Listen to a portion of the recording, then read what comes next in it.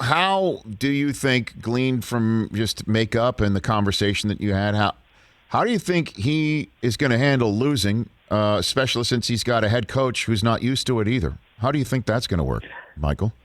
Well, it's weird. He has never lost, really. I mean, going back to high school, which is, I know that's true of a number of guys that go to top programs, but it's kind of extreme in his case. And yet, when I talked to him about the occasions when he did lose, and you could really kind of go over every single game in the last 7 years because there just weren't that many losses, he's kind of okay by the time his head hits the pillow that night. I think that's sort of the being at peace with himself. He kind of, it's weird. He said he really believes they're going to win all the way to the end of the game, and then sometimes looks back, as with the playoff game this year, and thinks, well, obviously that was over before I thought it was, but he still kind of believes. And then when it ends, he's okay, knowing he'd put everything into it. So I wouldn't worry about how Trevor Lawrence is going to handle losing. I would definitely worry about how Urban Meyer is going to handle losing. And I think Urban Meyer knows that, and he's worried about that, but I think Trevor's going to be okay.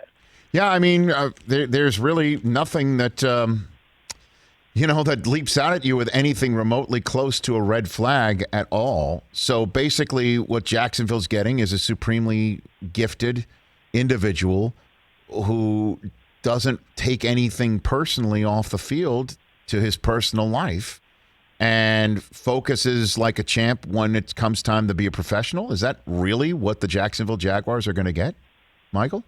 Yeah, I think that's exactly what they're getting. I think they're getting somebody who's coming in with probably the ability and the maturity of somebody who's been in the league for 5 or 10 years. And that's a hard thing to find, obviously, and everybody knows about how good he is. So the big thing for Jacksonville, I think as it relates to comments in these stories, but also just as it relates to on the field, it's the same thing.